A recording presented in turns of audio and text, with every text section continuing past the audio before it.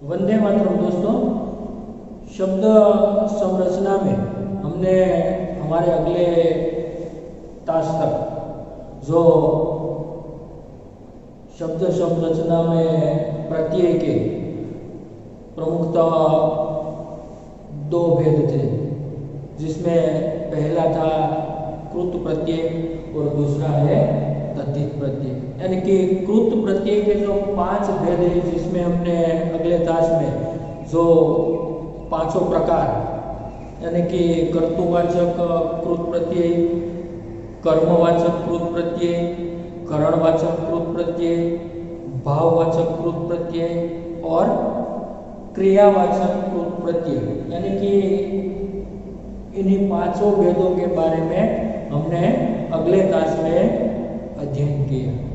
तो आज दोस्तों ये प्रत्यय का जो दूसरा प्रकार है, दूसरा भेद है, जिसका नाम है तद्धित प्रत्यय। तो सबसे पहले दोस्तों हमें तद्धित प्रत्यय के भी कुछ भेद पाए जाते हैं। तो उनके भेद को पढ़ने से पहले सबसे पहले हमें ये जान लेना चाहिए कि तद्धित प्रत्यय क्या होता है, तद्धित किसे कहते हैं।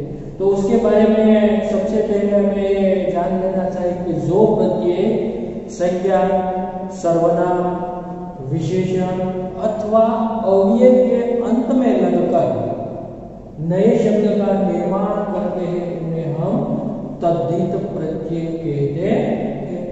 यानी कि आप लोगों ने संज्ञा के बारे में अध्ययन किया। संज्ञा क्या होती है, सर्वनाम क्या होता है, विशेषण क्या होता है, अव्यय क्या होता है, तो उनके बारे में आप लोगों ने 8वीं कक्षा तक अध्ययन कर लिया है। तो इनसे आपको पता चल जाता है कि संज्ञा, सर्वनाम, विशेषण और अव्यय।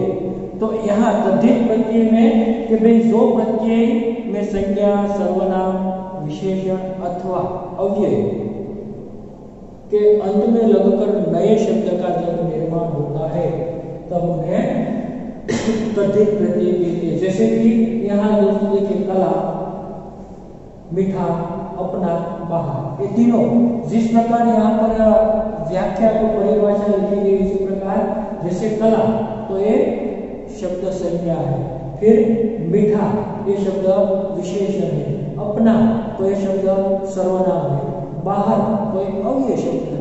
तो यहाँ पर ये अव्यय शब्द के यानी कि संज्ञा, सर्वनाम, विशेषण अथवा अव्यय क्रमशः संज्ञा, सर्वनाम, संज्ञा, विशेषण, सर्वनाम और अव्यय, इन्हीं शब्दों के अंत में लगकर जो शब्द नए शब्द का निर्माण करता है, उन्हें हम तद्धित प्रत्यय कहते हैं। तो यहाँ पर देखिए, कला पर से कलाकार, मीठा पर से मिठास, अपना पर से अपनापन, बाहर पर से बाहर। तो दोस्तों हम लोगों को पता चल जाएगा कि भाई यहाँ पर इस जो कलाकार शब्द में कार प्रत्यय है, मिठास शब्द में आश प्रत्यय है, अपनापन शब्द में पन प्रत्यय है और बाहरी शब्द में ई प्रत्यय है। तो हमें हम पता चल गया कि तद्धित प्रत्यय क्या होता है। यानी कि जो संज्ञा शब्द होते हैं, जो सर्वनाम शब्द होते हैं, जो विशेषण शब्द होते हैं, या तो जो अव्यय शब्द, यानी कि इन सभी शब्दों के अंत में जुड़कर जब नए शब्द का निर्माण होता है, तब हम उसे तद्धित प्रत्यय कहते हैं। यहाँ पर हमने उदाहरण, जैसे कला एक शब्द संज्ञा शब्द है, मीठा विशेषण है, अपना सर्वनाम है, बाहर अव्यय है। तो इनके अंत में लगने वाला शब्द कला के पीछे कार लगता है तो कलाकार नया शब्द बन गया, मीठा शब्द के पीछे आश लगता है तो मिठास शब्द बन गया, अपना शब्द के अंत में पन लगता है तो अपनापन हो गया, बाहरी शब्द, बाहर शब्द के अंत में ई लगता है तो बाहरी हो गया। तो इसी प्रकार के शब्दों को हम तद्धित प्रत्यय कहते हैं। अब दोस्तों हमें ये तद्धित प्रत्यय के भी कुछ भेद है, जिसके बारे में हमें अध्ययन करना है। तो दोस्तों आप भी अपनी किताब में, अपनी बुक में ये सारे के सारे जो उदाहरण यानी कि जो प्रकार यहाँ पर जिस प्रकार कृत प्रत्यय के प्रकार के बारे में जानकारी हुई, इसी प्रकार के बोर्ड में लिख कर यहाँ इन सभी प्रत्यय को हमें समझना है। आप भी अपने साथ साथ लेकर उसकी उदाहरण और उसकी व्याख्या को समझने का प्रयास करिएगा। तो यहाँ पर जो तद्धित प्रत्यय, तो यहाँ हम कहेंगे तद्धित प्रत्यय के विभिन्न भेद एवं उदाहरण इस प्रकार है। तद्धित प्रत्यय के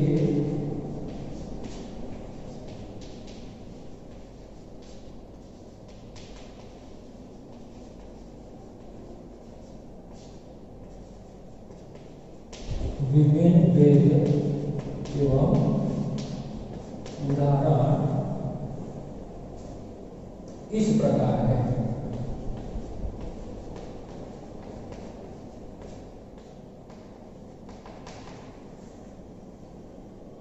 जैसे कि सबसे पहला हम यहाँ शुरुआत करेंगे, उसका जो पहला प्रकार क्या है, तो पहला नाम है स्त्रीलिंग वाचक तद्धित प्रत्यय। नंबर 1 स्त्रीलिंग वाचक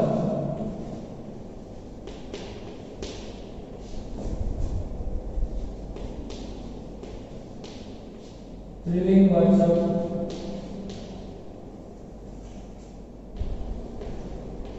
तद्धित प्रत्यय,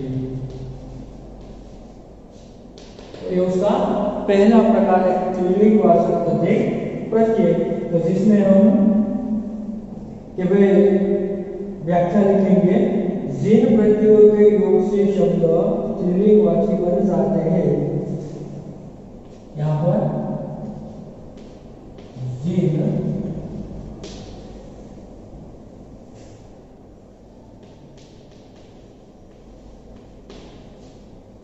जिन प्रत्ययों के योग से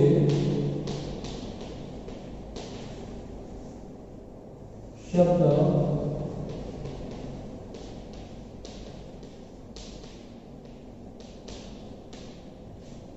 स्त्रीलिंग वाची बन जाते हैं,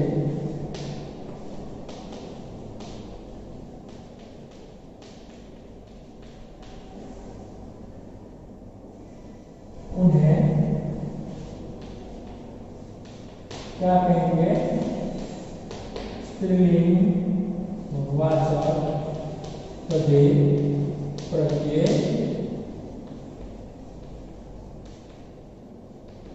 कहते हैं। जिन प्रत्ययों के योग से शब्द स्त्रीलिंग वाचक बन जाते हैं, उन्हें हम स्त्रीलिंग वाचक तद्धित प्रत्यय कहते हैं। एक उदाहरण देखें, जैसे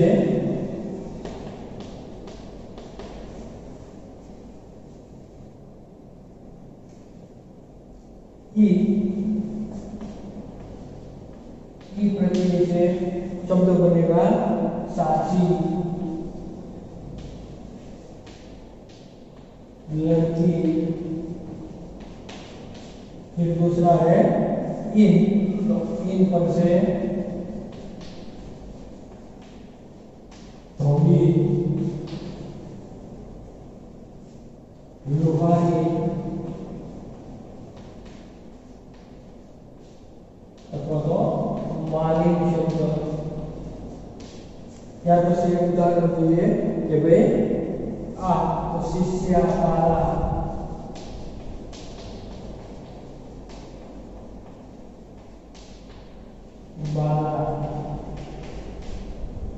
तो અહીંયા આપણે જોઈએ વિદ્યાર્થી મિત્રો કે જેવી રીતે સ્ત્રીલિંગ વાચક તદ્ધિત પ્રત્યય શું હોય છે, તો जिन प्रत्ययों के योग से शब्द स्त्रीलिंग वाची बन जाते हैं, उन्हें हम स्त्रीलिंग वाचक तद्धित प्रत्यय कहते हैं। जैसे कि ई प्रत्यय जुड़ने से साची, लड़की, ये शब्द कैसे है, स्त्रीलिंग वाचक शब्द है। साची जो स्त्रीलिंग शब्द है, लड़की स्त्रीलिंग शब्द है।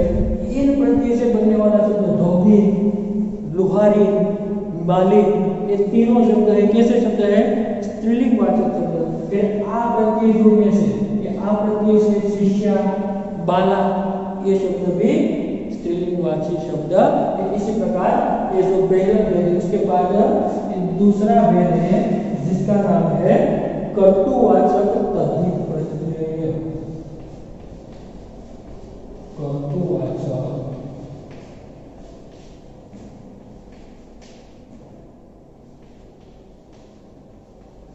तद्धित प्रत्यय। પેલા આપણે એનો अर्थ જોઈએ तद्धितवाचक कर्तृवाचक क्रिया के किसी कार्य के करने का बोध होता है। जैसा नाम है ऐसा ही गुण, यानी कि किसी कार्य के करने का बोध। कर्तु यानी कि कार्य करने का बोध, कर्तु यानी कि कर्ता, कि किसी कार्य के करने का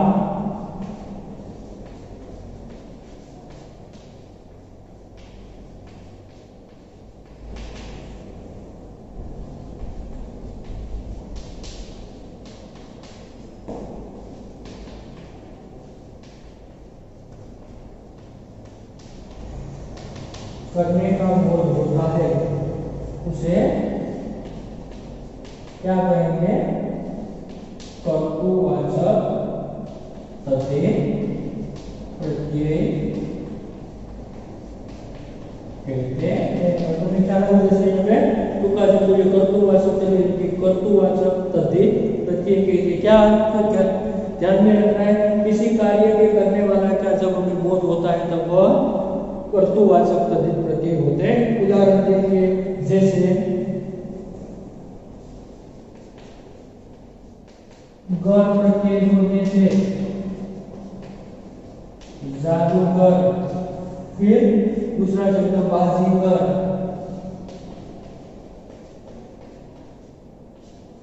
फिर ई तेली रोगी,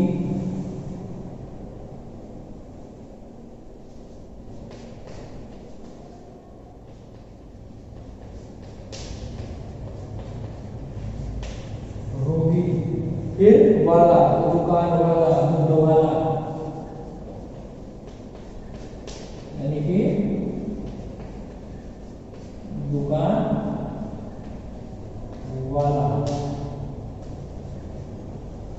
दूध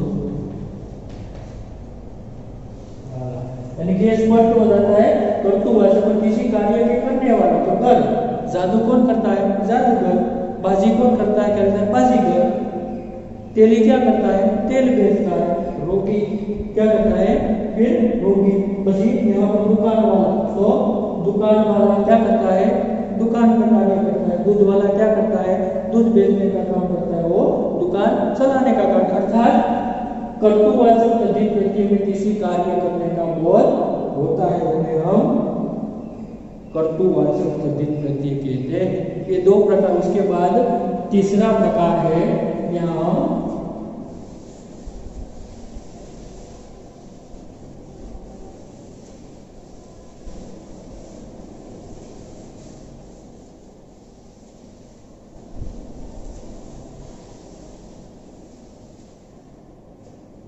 फिर नंबर 3 स्थानवाचक तद्धित प्रत्यय।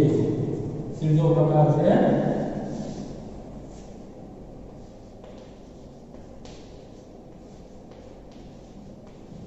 स्थानवाचक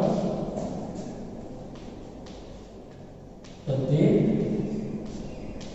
प्रत्यय। अर्थ समझिए। स्थानवाचक यानी कि जिन तद्धित प्रत्ययों से स्थान का बोध होता हो, जिन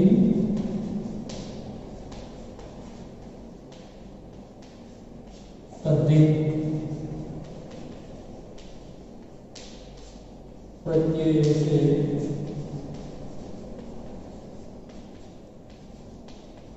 स्थान का बोध होता हो,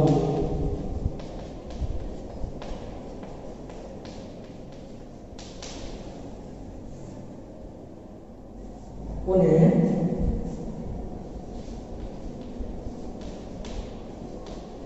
स्थानवाचक तद्धित प्रत्यय। उनमें यहाँ हम सबसे लिखेंगे कि जिन तद्धित प्रत्ययों से स्थान का बोध होता है उन्हें स्थानवाचक तद्धित प्रत्यय कहते हैं। जो ये उदाहरण आपने कि भाई किया, પછી लिखे किया, तो जयपुरिया, जयपुर वाला, फिर मुंबईया,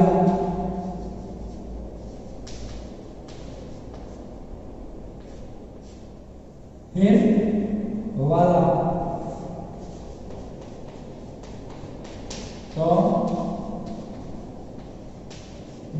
वाला, अम्ब्रेली वाला,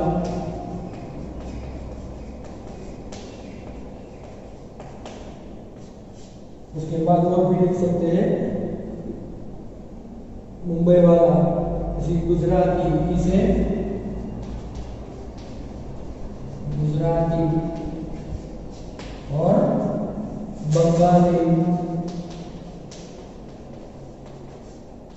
तो अहींया मित्रों आपने स्थाननो बोध थाय छे, जेनो बोध थाय छे स्थाननो। प्रत्यय शुं छे? ईया, ईया प्रत्यय उपरथी जयपुरिया, मुंबईया, अहींया क्यू स्थान दर्शावे छे? जयपुरिया, એટલે કે જયપુરનો, પછી અહીયા મુંબઈનો, મુંબઈના સ્થાનનો ઉપયોગ એવી રીતે અહીયા वाला, तो दिल्ली वाला, अमरेली वाला, ये भी स्थान का बोध होता है। ई गुजराती, बंगाली, ई प्रत्यय से मराठी हम लिख सकते हैं। तो ये सब स्थानवाचक प्रत्यय कहलाता है। उसके बाद नंबर 4 है जिसका नाम है गुणवाचक तद्धित प्रत्यय। चौथा प्रकार क्या है? गुणवाचक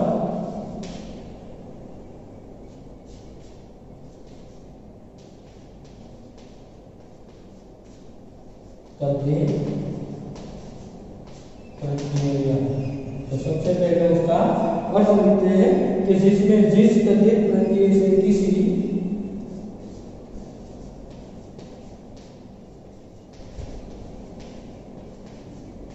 जिस तद्धित प्रत्यय से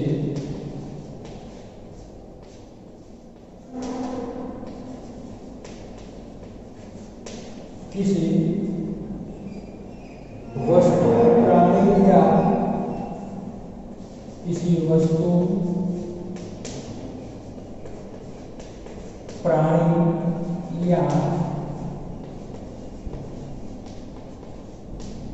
व्यक्ति के गुण का बोध होता है, या व्यक्ति के गुण का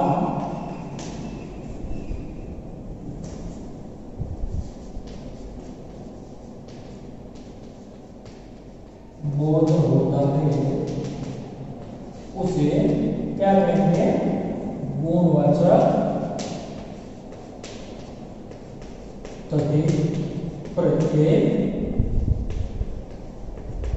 कहते हैं। जैसे उदाहरण आपने जैसे आ तो प्यासा,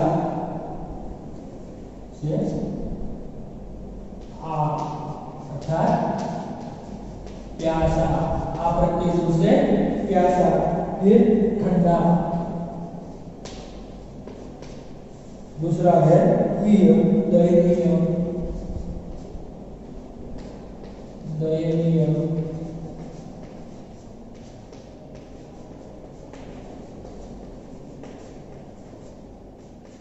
प्रार्थनीय, एक धार्मिक,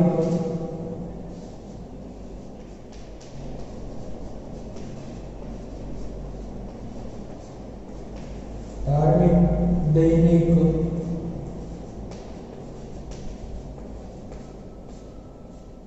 और उदाहरण भी लिख सकते हैं मति, तो बुद्धिमती,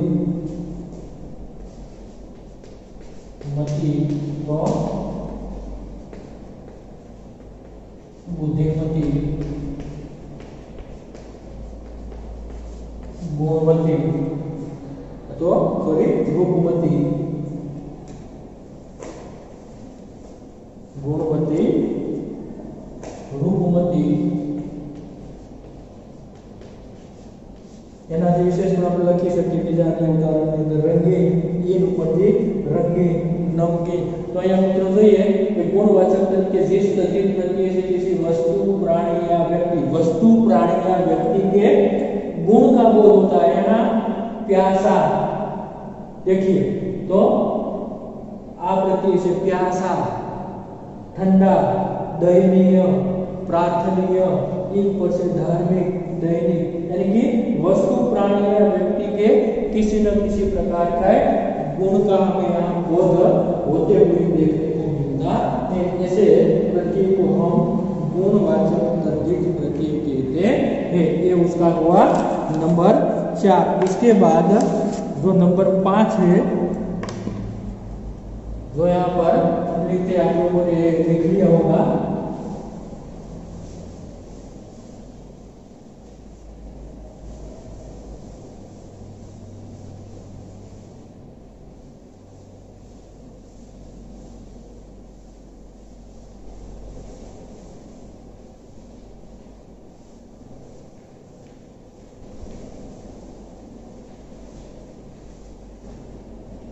पांचवा भेद है जिसका नाम है भाववाचक तद्धित प्रत्यय।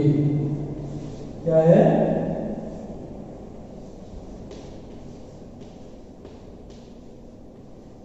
भाववाचक तद्धित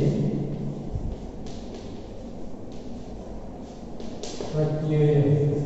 तो सबसे पहले उसकी व्याख्या हम लिख सकते हैं कि जिन प्रत्ययों से भाववाचक संज्ञा होगा, जिन प्रत्ययों से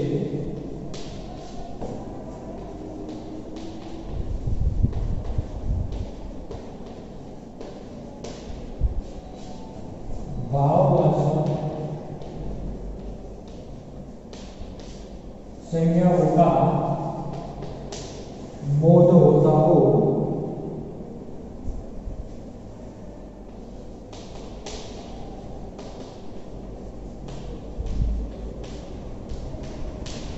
उसे क्या कहेंगे?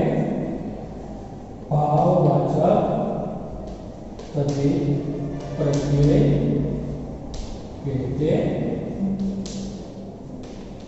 क्या होता है इसमें कि जिन प्रत्ययों से भाववाचक संज्ञाओं का बोध होता है उसे हम भाववाचक तद्धित प्रत्यय कहते हैं। जैसे उदाहरण के लिए हम लिख सकते हैं यहाँ पर कि भाई ता तो मनुष्यता, ता प्रत्यय मनुष्यता, यानी कि जो मनुष्यता का भाव। उसके बाद मित्रता, क्या बोध होता है? मित्रता का भाव बोध होता है। तो देवत्व, देवत्व, व्यक्तित्व, यानी कि तो प्रत्यय से देवत्व, व्यक्तित्व। उसके बाद ईयत, तो ईयत प्रत्यय से इंसानियत,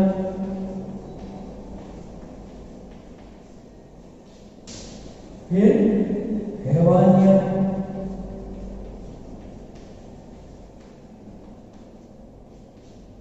फिर एक और उदाहरण हम लिख सकते हैं, ई पर से बीमारी, चालाकी भी ले सकते। तो इसी प्रकार भाववाचक संज्ञाओं का यहाँ बोध होता है। तो मनुष्यता, मित्रता, देवत्व, व्यक्तित्व, इंसानियत, हैवानियत, ये सभी भाववाचक संज्ञाएं हैं जिसमें ये प्रत्यय जुड़े हैं ता, व और ईयत। उसके बाद नंबर 6 जो तद्धित प्रत्यय का छठा प्रकार है जिसका नाम है बहुवचनवाचक तद्धित प्रत्यय। बहुवचन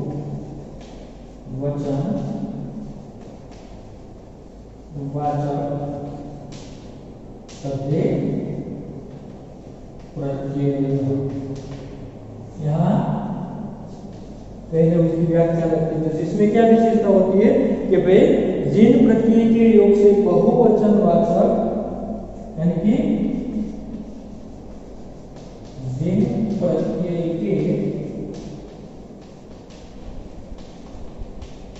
योग से, योग यानी कि जोड़ा, प्रत्यय का मिलना, जिन प्रत्यय के योग से बहुवचन शब्दों का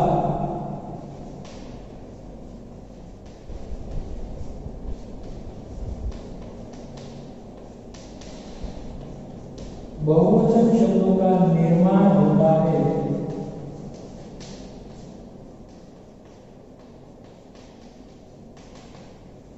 बहुवचन शब्द का निर्माण होता है, उन्हें क्या कहेंगे हम? बहुवचन वाचक तद्धित प्रत्यय कहते हैं। फिर से कि भाई बहुवचनवाचक तद्धित प्रत्यय यानी कि जिन प्रत्यय के योग से बहुवचन शब्द का निर्माण होता है उन्हें हम बहुवचनवाचक तद्धित प्रत्यय कहते हैं। जैसे उदाहरण के लिए यहाँ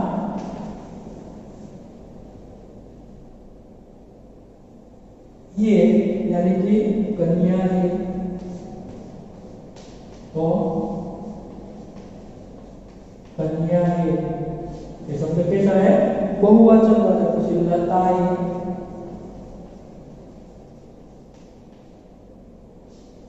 फिर या चिड़िया,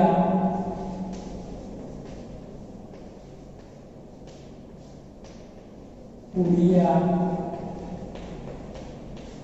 गुड़िया आदि शब्द लिख सकते हो।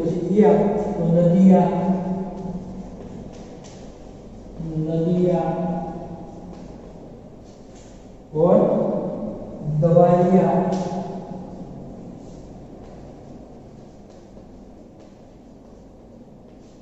ये शब्द कैसे है?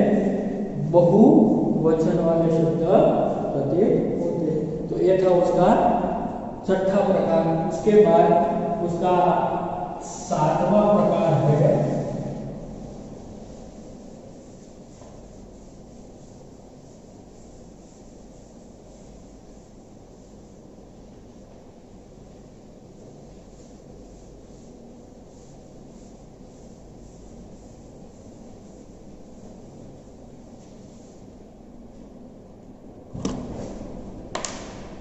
नंबर 7 है संबंधवाचक तद्धित प्रत्यय।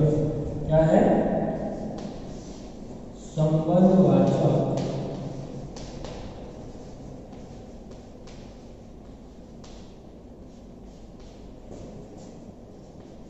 तद्धित प्रत्यय। तो इसका परिभाषा अर्थ पहले समझते हैं कि जिन तद्धित प्रत्ययों से जैसा नाम है वैसा ही उसका गुण पाया जाता है। सिर्फ सभी ने देखे कोई भाववाचक तो यहाँ पर भाव का बहुवचन तो बहुवचन का यहाँ पर जैसा तद्धित प्रत्ययों से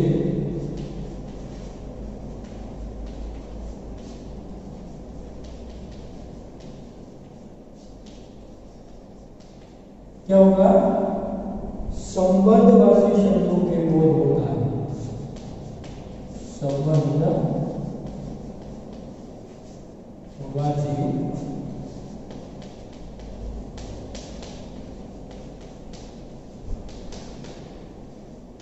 शब्दों का बोध होता है, उसे क्या कहेंगे हम? संबंधवाचक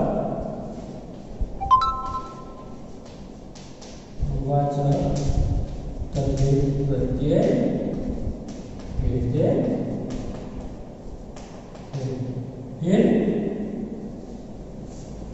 जैसे उदाहरण के लिए हम क्या शब्द स्थापित करते तो ये एरा तो मामेरा, एरा प्रतिनिधि यहाँ मामेरा, ये संबंध स्थापित होता है। फिर आल तो ससुराल,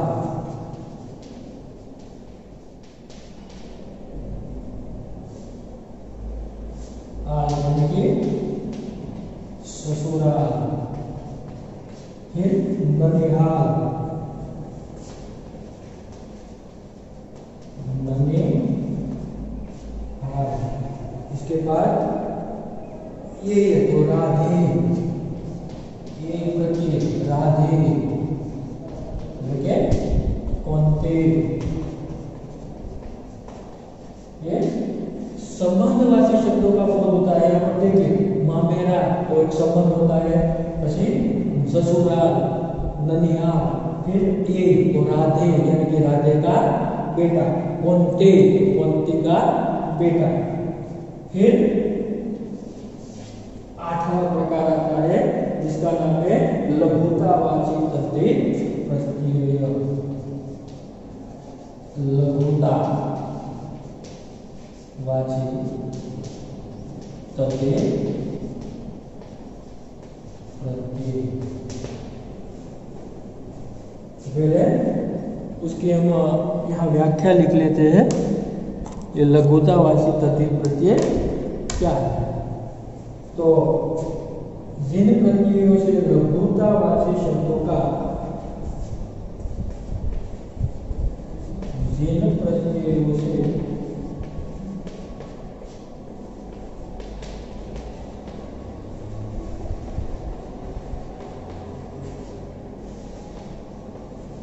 लघुतावाची प्रत्ययों का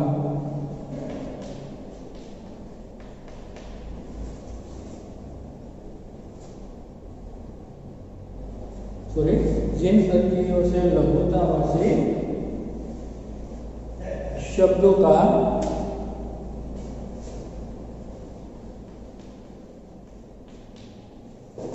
लघुतावाची शब्दों का निर्माण होता है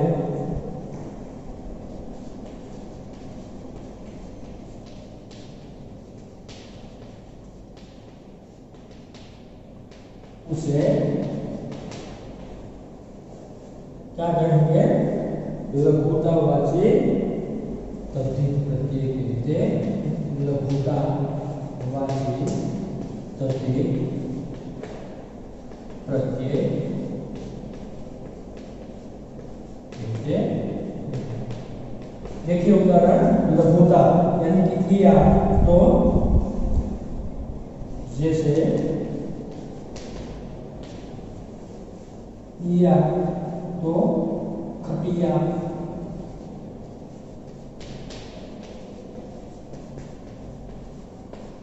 खटिया, फिर डिबिया,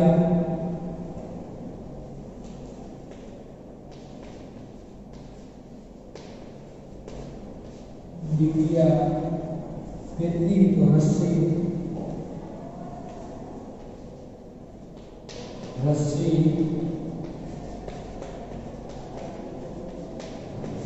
टोकरी,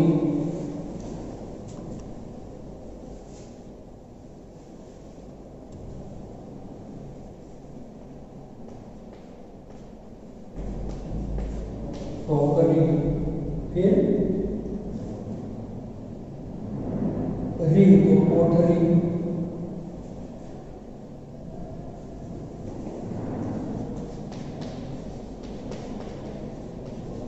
कोठरी, सतरी।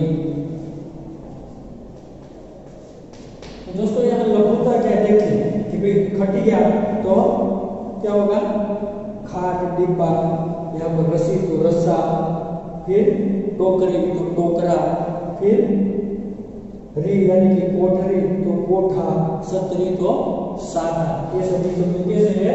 लघुतावाची यानी कि लघुतावाची शब्द बोलते हैं। इसका जो गुरुतावाची शब्द कौन सा बन जाएगा? खटिया, तो इसके ऊपर से क्या बनेगा? खाट, खटिया, डिब्बा, डिब्बी, પછી रस्सा, रस्सी, टोकरा, टोकरी, कोठा, कोठी, साता, सतरी। इसी प्रकार इसका बोध होता है। और अब उसका अंतिम और 9वां भेद है जिसका नाम है क्रमवाचक तद्धित प्रत्यय। ये तो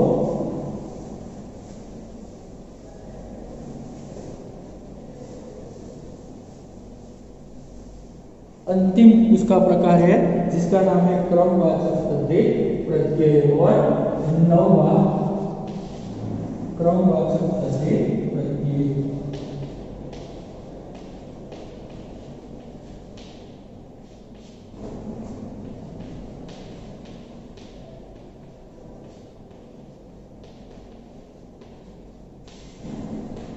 तो इसमें क्या विशेषता है? क्रमवाची शब्दों का निर्माण जिन प्रत्ययों से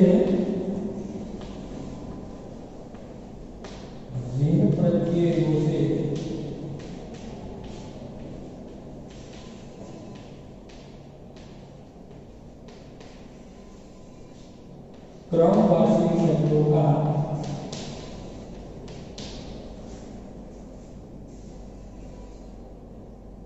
निर्माण होता है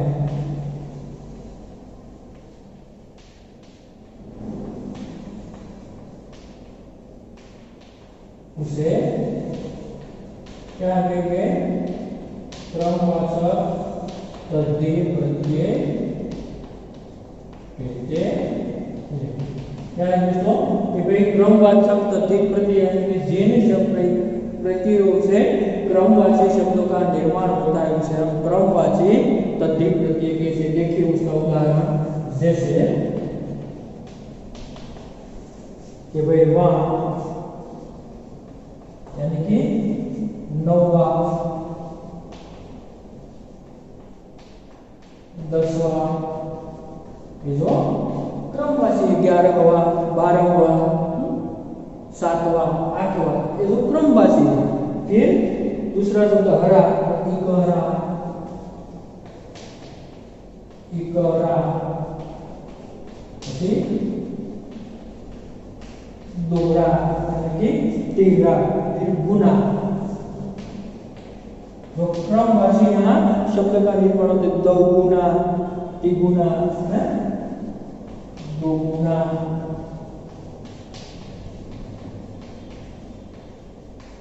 तिगुना, चौगुना, इस प्रकार हम क्रमशः उसे लिख सकते हैं। उसकी विशेषता ही नहीं है। जो क्रमवाचक प्रत्यय जिन प्रत्ययों से क्रमवाची शब्दों का निर्माण होता है उसे क्रमवाचक प्रत्यय कहते हैं। जैसे कि यहाँ 9वां 10वां, हरा, इकहरा, दोहरा, तीहरा, फिर गुना, दो गुना, तिगुना, चौगुना, इस प्रकार हम इसे कहते। तो अहींया विद्यार्थी मित्रों આપણું શબ્દ સંરચનાની અંદર ઉપસર્ગ અને તેના ખાસ કરીને ઉપસર્ગ વિશેની જાણકારી, પ્રત્યયના કુલ મળીને કૃત પ્રત્યય અને તદ્ધિત પ્રત્યયના એટલે કે કૃત પ્રત્યયના 5 ભેદ, તદ્ધિત પ્રત્યયના 9 ભેદ એમ મળીને કુલ 14 જેટલા પ્રત્યયના ભેદો એ આપણે સંપૂર્ણ જાણકારી, સંપૂર્ણ અભ્યાસ છે આપણે આજના વિડિયો લેક્ચરની અંદર કરીને આપણું પાઠ્યપુસ્તકની અંદર આપવામાં આવેલું છે શબ્દ સંરચના, શબ્દોનું નિર્માણ, નવા શબ્દોનું ઘડતર કઈ રીતે કરવું એના વિશેની સંપૂર્ણ માહિતી આપણે અહીંયા એ મેળવી લીધી છે। એટલે કે શબ્દ સંરચનાનો આપણો વ્યાકરણનો ટોપિક છે અહીંયા આપણે સંપૂર્ણ પૂર્ણ કરીએ।